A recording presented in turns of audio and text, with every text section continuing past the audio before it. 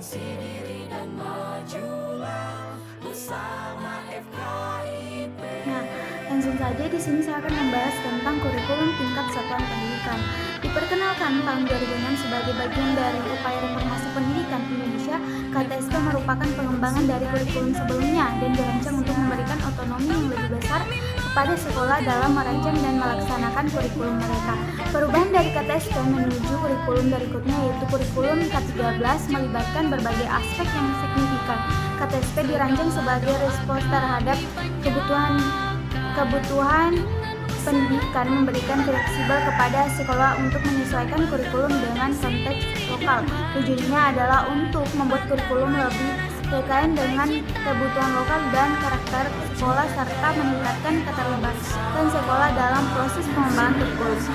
Nah, perubahan dari KTSP ke K13 melibatkan berbagai aspek yang signifikan dalam penyusunan dan pelaksanaan kurikulum.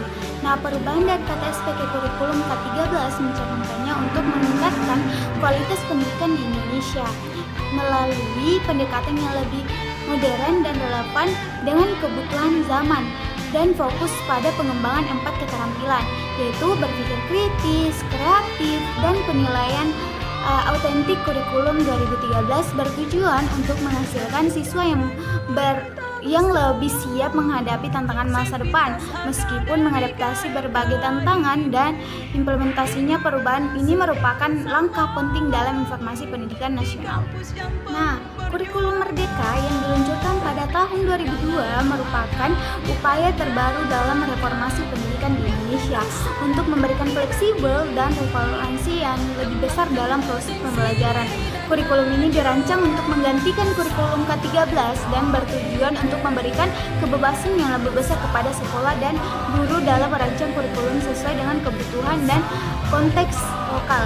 Kurikulum merupakan perkenalan pendekatan yang lebih fleksibel dan kontekstual dalam pendidikan, memberikan keleluasaan lebih besar kepada sekolah dan guru dalam merancang kurikulum yang sesuai dengan kebutuhan siswa dan lingkungan lokal, dengan fokus pada pengembangan profil belajar Pancasila dan pendidikan pembelajaran berbasis proyek. Kurikulum Merdeka bertujuan untuk menciptakan pengalaman belajar yang lebih relevan dan holistik. Meskipun ada beberapa tantangan dalam pengimplementasiannya, kurikulum ini merupakan langkah signifikan dalam reformasi pendidikan Indonesia. Nah, antisipasi terhadap pengembangan kurikulum yang akan datang merupakan langkah penting untuk memastikan bahwa sistem pendidikan tetap relevan dan efektif dalam menghadapi tantangan yang akan datang. Beberapa tren dan faktor utama yang perlu diperhatikan dalam pengembangan kurikulum masa depan meliputi perubahan teknologi, kebutuhan keterampilan abad ke-21, perubahan sosial, dan pengembangan global. Berikut adalah beberapa langkah dan strategi untuk mengantisipasi pengembangan kurikulum yang akan datang.